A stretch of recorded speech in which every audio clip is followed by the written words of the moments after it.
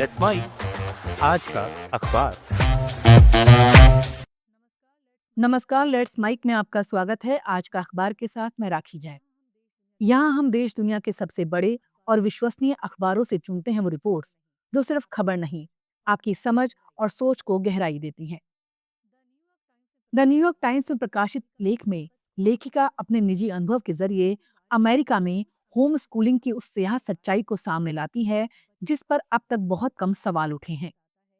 लेख का मूल तर्क ये है कि समस्या सिर्फ कुछ बुरे माता पिता की नहीं, बल्कि उन कानूनों की है जो होम स्कूलिंग के नाम पर बच्चों को राज्य, समाज और किसी भी निगरानी से लगभग गायब कर देते हैं। लेखिका बताती है कि 12 साल की उम्र में स्कूल से निकाले जाने के बाद उनका बचपन कैसे सामाजिक अलगाव, शैक्षणिक पिछड़ेपन और मानसिक शोषण में बदल गया। और इस दौरान ना तो कोई शिक्षक था, ना काउंसलर, ना सरकारी अधिकारी जो ये देखने आए कि बच्चा सुरक्षित है या नहीं, कुछ सीख भी रहा है या नहीं।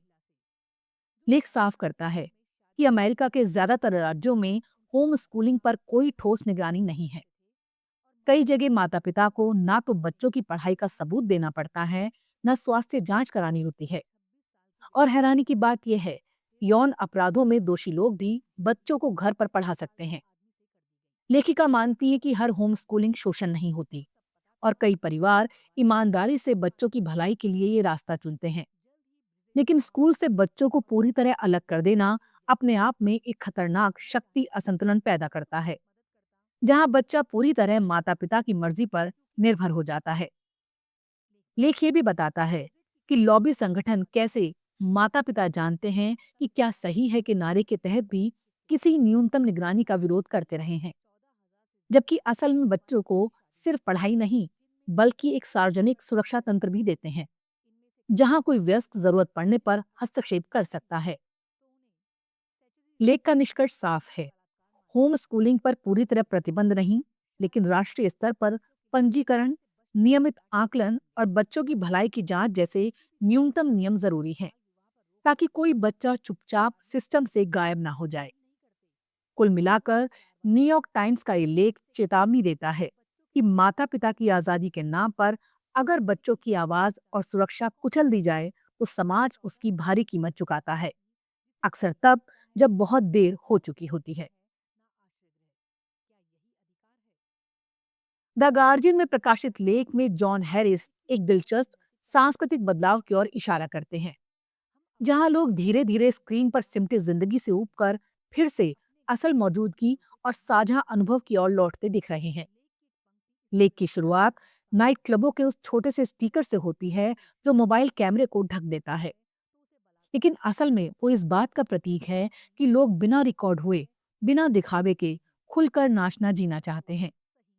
बर्लिन से लेकर लंदन, मैनचेस्टर और न्यूयॉर्क तक क्लबों में फोन पर पाबंदी और मैनचेस्टर के मशहूर सेंक्रीज क्लब की वापसी इस बात के संकेत हैं कि लोग तस्वीरें लेने से ज्यादा पल में जीने को अहमियत देने लगे हैं।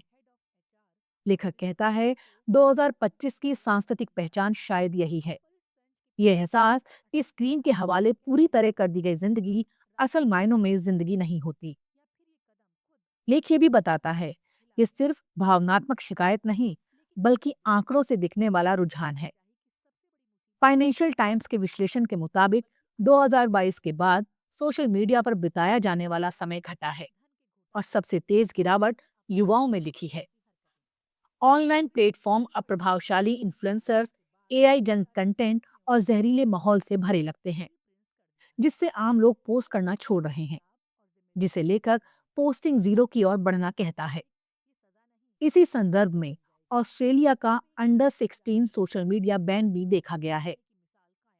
ये कोई अचानक थोपा गया कदम नहीं, बल्कि पहले से बदल रही आदतों को तेज करने वाला फैसला है।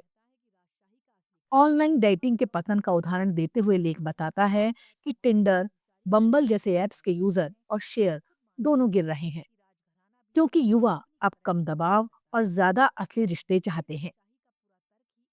अंत में लेख एक उम्मीद भरी कल्पना के साथ खत्म होता है कि शायद लंबे समय से इंटरनेट की दुनिया में उलझे, अकेले और खिन्न लोग फिर से नाचते गाते, साथ बैठते, सुनते हुए खुद को और समाज को थोड़ा बेहतर बना सके।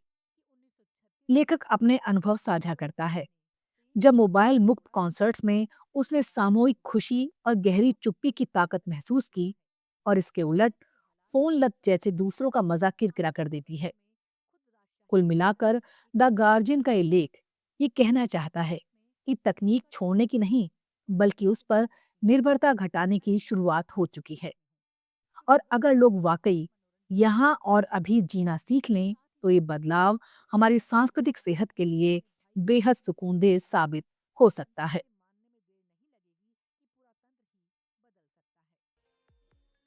डॉन में प्रकाशित संपादकीय में दक्षिण एशियाई क्षेत्रीय सहयोग संगठन के यानी सार्क के 40 साल पूरे होने पर एक तरह का आत्ममंथन किया गया है।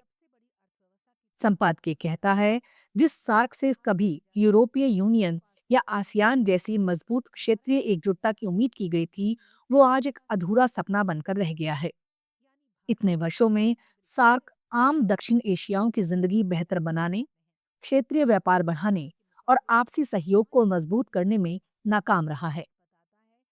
पाकिस्तान के राष्ट्रपति और प्रधानमंत्री भले ही सार्क के प्रति प्रतिबद्धता दोहरा रहे हो, लेकिन हकीकत यही है कि भारत पाकिस्तान की दुश्मनी इस संगठन के रास्ते की सबसे बड़ी दीवार बनी हुई है।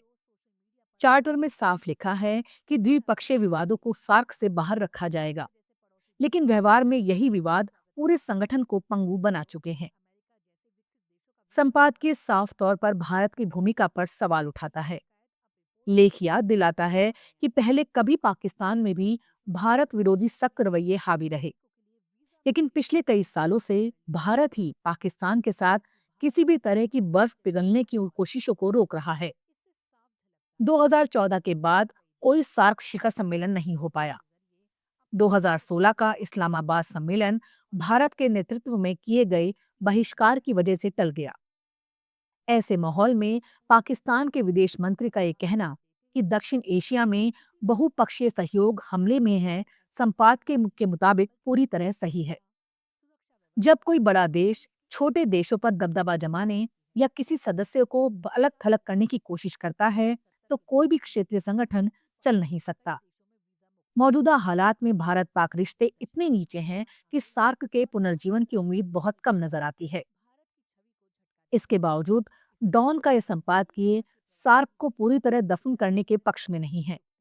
वो कहता है, भले ही देश दूसरे मंचों जैसे SCO या ब्रिक्स की ओर दिखे और द्विपक्षीय रिश्ते सुधारने की कोशिश करे, लेकिन दक्षिण एशिया में शांति और सहयोग का सपना इतनी जल्दी छोड़ देना ठीक नहीं होगा। आज क्षेत्रीय व्यापार सिर्फ करीब 5% है, जो बताता है कि पड़ोसी देश आपस में जुड़े बिना तरक्की नहीं कर सकते। संपादकीय की राय है कि अगर संप्रभुता का सम्मान करते हुए व्यापार, शांति और लोगों के आपसी संपर्क को आधार बनाया जाए, तो सार्क को एक और मौका दिया जा सकता है। लेकिन इसके लिए भारत को बड़े भाई जैसी हेकड़ी छोड़नी होगी और खास तौर पर पाकिस्तान के प्रति अपनी दुश्मनी कम करनी होगी। आखिरकार दक्षिण एशिया के लोगों की जिंदगी बेहतर बनाना यही सार्क का मूल उद्देश्य है, और ये लक्ष्य आज भी उतना ही जरूरी और प्रासंगिक है। आज का अखबार में फिलहाल इतना ही। देखते रहिए, सुनते रहिए लेट्स माइक। नमस्कार। आप सुन रहे थे let's mike modern radio. Follow कीजिए हमें हमारे सोशल मीडिया प्लेटफॉर्म्स पर। It's time for news. It's time for Modern Radio. Presenting the first radio news app, Let's Mic. Let's Mic, a news-based app on your phone where you get to watch and listen news, talk shows, interviews, radio show podcasts. On Let's Mic, you get all relevant information of TV, print, radio, podcast, and digital.